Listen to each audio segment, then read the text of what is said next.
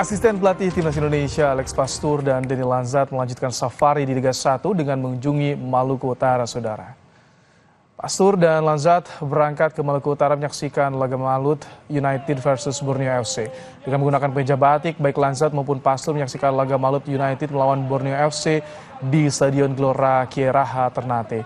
Safari ini bagian dari tim pelatih Timnas mengecek performa pemain sebelum dipanggil jelang lawan Australia pada 20 Maret mendatang.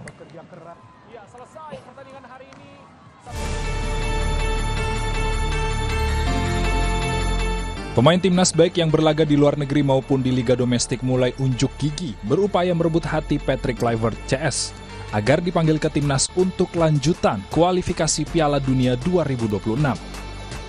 Pratama Arhan, bek andalan timnas ini kini mulai mendapatkan tempat di True Bangkok United setelah tidak mendapatkan cukup menit bermain di Suwon FC Korea Selatan.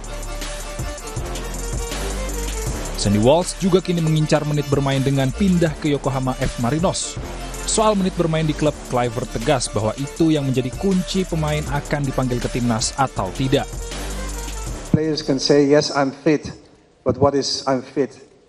If you don't have any playing time in your team, you're not match fit.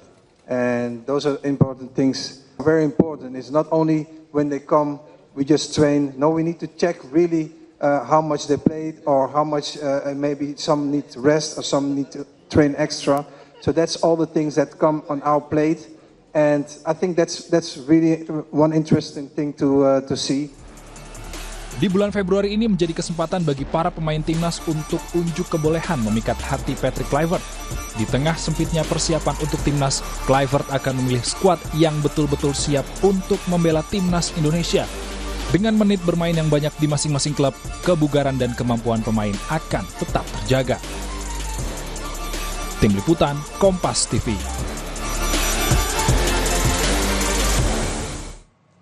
Ya, sudah membahas soal pemain timnas yang mulai berlomba menarik atensi Kluivert CS. Kita sudah bersama dengan pengamat sepak bola M. Kusnaini. Selamat malam, Bungkus. Selamat malam, Ibrahim. Ya, Bungkus, ini ketika Kluivert menyinggung soal menit bermain, beberapa pemain timnas ini pindah klub bahkan tinggalkan zona nyaman mereka. Ini bukti keseriusan mereka pada timnas. Iya, jadi memang ketika seorang pelatih memanggil pemain ke tim nasional, salah satu handicapnya adalah waktu yang terbatas. Tidak ada banyak waktu, tidak ada banyak kesempatan untuk memoles hal-hal yang sifatnya dasar sebetulnya, termasuk fisik. Jadi fisiknya sudah harus teruji. Nah, pemain teruji kualitas fisiknya, kualitas bermainnya itu kalau dia rutin bermain di klub. Makanya Kluivert bilang kalau pemain merasa secara fisik dia siap, match fitness-nya cukup, tapi yang seperti apa? Kalau dia nggak sering bermain, tentu akan berbeda. Ketanjaman itu akan berbeda ketika dia bermain atau hanya sekedar latihan, itu akan sangat berbeda.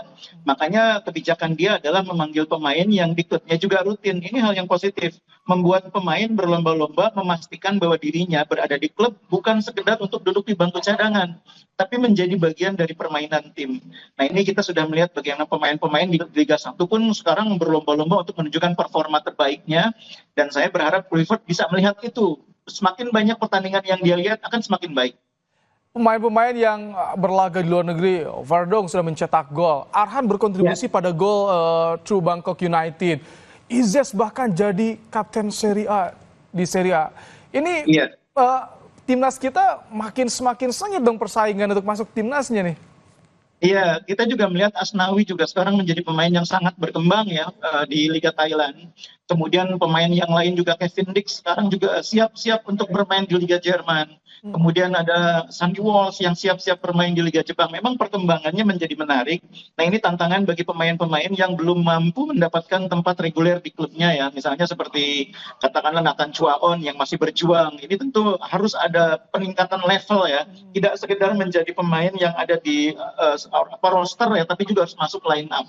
Nah, ini juga sama dengan yang di kompetisi dalam negeri. Pemain-pemain yang sering dipanggil timnas di era Sintayong, seperti Sayuri Bersaudara, Ramadan Sananta, kemudian juga katakanlah pemain seperti Ricky Kambuaya, pemain seperti Edo, itu juga harus menunjukkan level konsistensi bermain di klubnya, supaya peluang kembali ke tim nasional itu kembali terbuka. Ini kalau Anda melihat, Bungkus, Kluivert sendiri melihat pemain itu seperti apa sih? Atau Kluivert sukanya pemain yang bagaimana nih, Bungkus? Jadi dengan kultur sepak bola Belanda di mana mereka biasa bermain dengan formasi 4-3-3 dan sepak bola Belanda itu sangat sangat taktik minded gitu loh. Jadi artinya pelatih itu selalu memberikan instruksi yang detail dan pemain harus paham taktik yang diinginkan oleh pelatih. Jadi bukan sekedar pemain itu fisiknya bagus, bukan sekedar pemain itu punya kecepatan, bukan sekedar pemain itu bisa main di berbagai posisi, tapi juga pemain yang harus paham tentang taktik. Jadi kalau dia ditugaskan sebagai bek kanan, tahu bek kanan tugasnya apa. Kalau dia gelandang bertahan, tahu gelandang bertahan itu tidak hanya bertahan, tapi juga ikut menyerang misalnya gitu ya. Nah itu hal-hal yang penting yang akan membuat pemain ketika berada di tim itu tidak lagi melakukan kesalahan-kesalahan yang mendasar. Nah ini yang saya pikir diinginkan oleh Kluivert, dan itu yang juga coba dia lihat dari pertandingan-pertandingan yang sudah sempat dilihatnya di Liga 1. Banyak pemain yang sebetulnya secara fisik, secara kualitas, itu kadang-kadang di kompetisi Liga itu mainnya sangat bagus, tapi pemahaman taktiknya kadang-kadang agak kurang. Nah ini tipe pemain seperti ini nanti kalau berada di timnas di bawah asuhan Kluivert itu harus banyak membenahi PR dalam soal taktikal. Nah karena waktunya terbatas, maka Kluivert mungkin tidak akan banyak manggil pemain seperti itu. Jadi yang dipanggil mungkin pemain yang di samping reguler bermain di tim, tapi juga lebih paham soal taktik. Ini mungkin concernnya nanti. Oke, jadi tak ada garansi ya pemain yang lama yang langganan dipanggil timnas ini akan dipanggil lagi di era Kluivert. Oh iya, saya pikir sebetulnya di era kepelatihan siapapun tidak ada garansi. Kita tahu bahwa di eranya Sintayong juga beberapa pemain yang sebelumnya reguler kan tidak lagi dipanggil. Contohnya seperti Edo sudah agak beberapa pertandingan ditinggalkan. Kemudian Maklok juga sudah beberapa pertandingan tidak dipanggil lagi.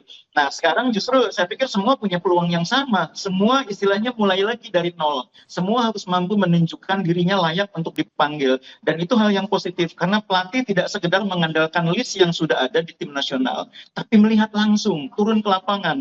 Bahkan sampai ke Maluku untuk melihat pertandingan Maluku United ya. Ini hal yang bagus. Karena di samping tim-tim papan atas, tim-tim besar, sebetulnya tim-tim yang ada di peringkat 10 ke bawah, itu juga kadang-kadang punya pemain yang kualitasnya tidak kalah bagus. Seperti Persis Solo. Oke lah peringkatnya sekarang ada di zona merah. Tapi punya Ramadan Sananta yang menurut saya salah satu striker lokal terbaik saat ini. Punya kiper yang juga salah satu kiper lokal terbaik saat ini dalam diri Riyandi. Nah jadi memang penting bagi pelatih, Kluivert dan jajarannya tidak hanya melihat tim papan atas, tapi juga tim-tim yang posisinya agak di bawah. Oke, baik. Ini menjadi bukti salah satu contoh persaingan yang sehat untuk masuk timnas terbaik dari yang paling baik. Terima kasih, Bungkus, untuk waktunya di program Kompas Malam hari ini. Saudara, usai jeda, WNI yang sempat dirawat usai ditembak petugas maritim Malaysia meninggal dunia. Jenazah dipulangkan ke kampung halamannya di Kabupaten Humbang Hasundutan, Sumatera Utara.